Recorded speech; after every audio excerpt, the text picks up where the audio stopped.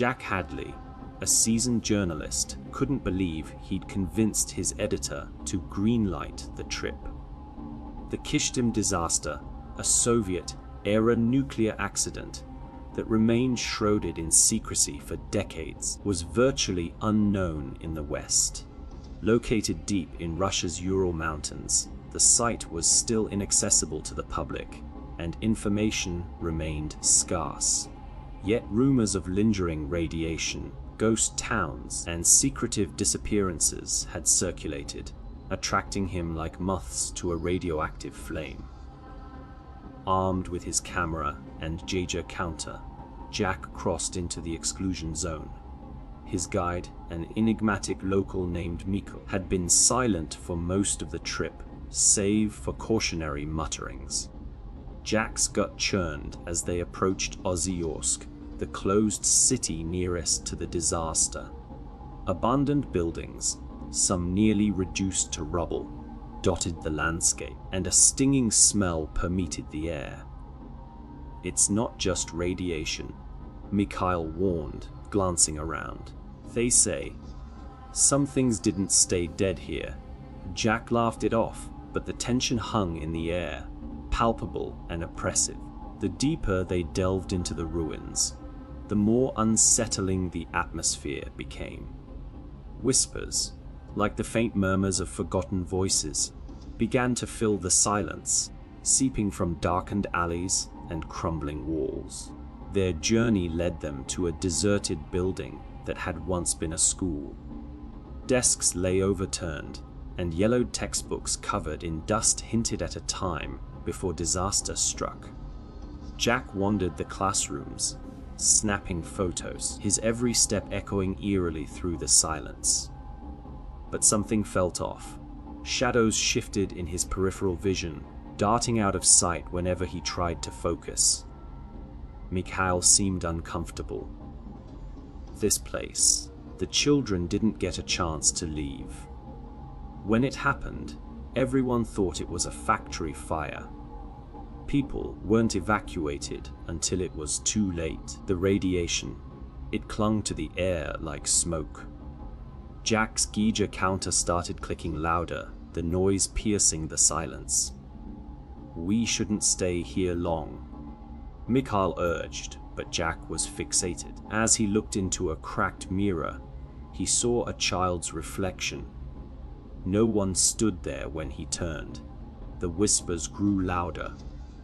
Jack and Mikhail pushed onward, each step into the heart of the zone feeling like a march toward doom. They entered the Teka River area, known locally as the Valley of Death. Here, the disaster's aftermath was stark. Sickly green water trickled along the riverbed, where mutated fish with unnatural scales lay dead on the shore. Jack took notes furiously, heart pounding. Suddenly, Mikhail froze, staring into the trees. Jack followed his gaze. A woman, dressed in a Soviet-era nurse's uniform, stood in the shadows, watching them. Her skin was pale, almost translucent, and her eyes bore the hollow look of someone long gone.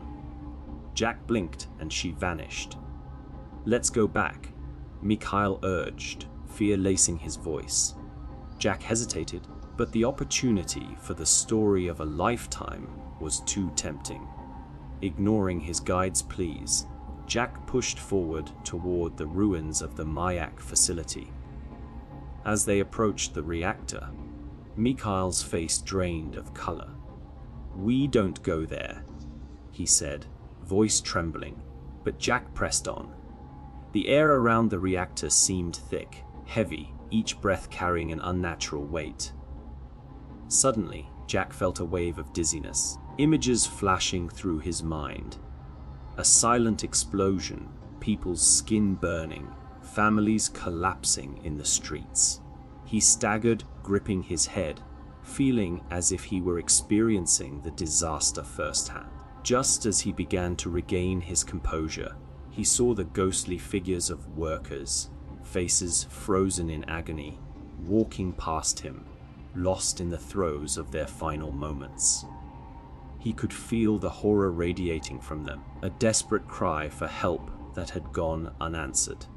Exhausted and terrified, Jack and Mikhail finally stumbled out of the reactor's shadows, breathing in the relief of open air. As they looked back, the Mayak facility loomed, haunted and undying, surrounded by a desolate wasteland, a legacy of hidden truths.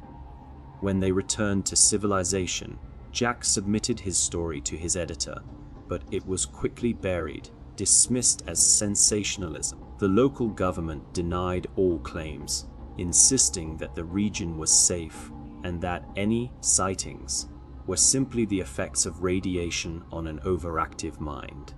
Yet, years later, Jack couldn't shake the feeling of eyes watching him from the shadows, as though he'd carried the ghosts of Kyshtym back with him.